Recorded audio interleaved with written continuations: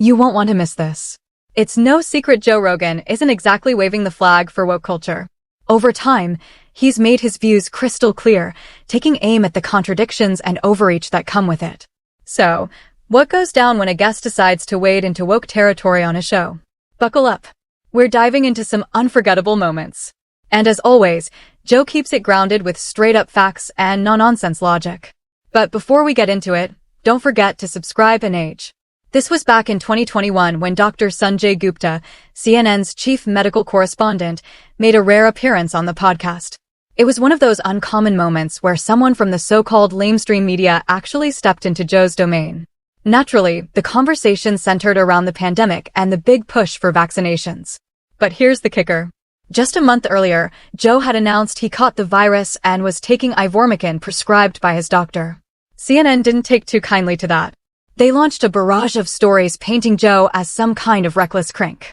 So when Sanjay sat down across from him, Joe had the perfect opportunity to push back. And let's just say he didn't waste it. This was his moment to call out the spin and lay the almost no one else dares to. He held the mainstream media accountable right to their face. And here's where it gets even funnier. After the episode aired, CNN ran a segment where they interviewed Sanjay about what it was like having a long-form conversation with Joe. They aired a few carefully selected clips, sprinkled in the usual criticism, and, no surprise, took Joe's words out of context, but they conveniently left out the one moment that really mattered when Joe flat-out called out CNN's lie. Sanjay even tried to downplay it later, calling Joe's arguments mental gymnastics. From that point on, CNN seemed to treat Rogan like a personal nemesis, regularly publishing articles with a not-so-subtle tone of resentment. Meanwhile, their viewership plummeted and Joe's podcast, it skyrocketed to become the most popular in the country and the world. And believe it or not, as intense as that exchange was, it was nothing compared to the fireworks that went off when Graham Hancock and Flint Dibble clashed on the show. I remember catching this one live as it dropped and wow, it was something else. Graham Hancock has long been a thorn in the side of mainstream archaeology, but things really boiled over after Netflix gave him a platform. In the show, Hancock lays out his theory that an advanced civilization once existed during the Ice Age, sharing knowledge with so-called primitive humans before being wiped out by a cataclysm. It's the kind of idea you'd expect to see on the Discovery Channel after midnight, but Hancock went prime time. Archaeologists, they were livid. The backlash was intense.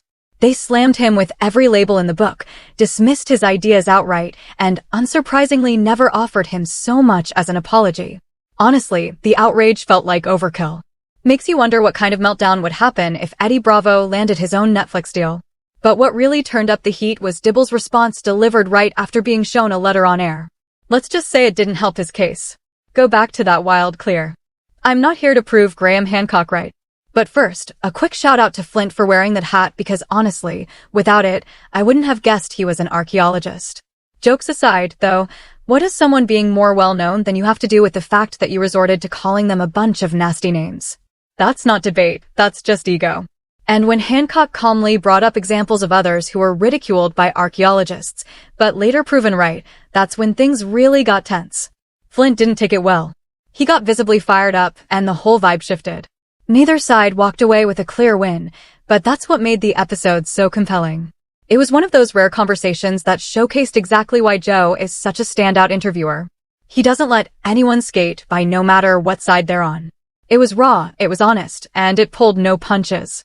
I'd love to hear what you think about it, so let's keep the conversation going in the comments below.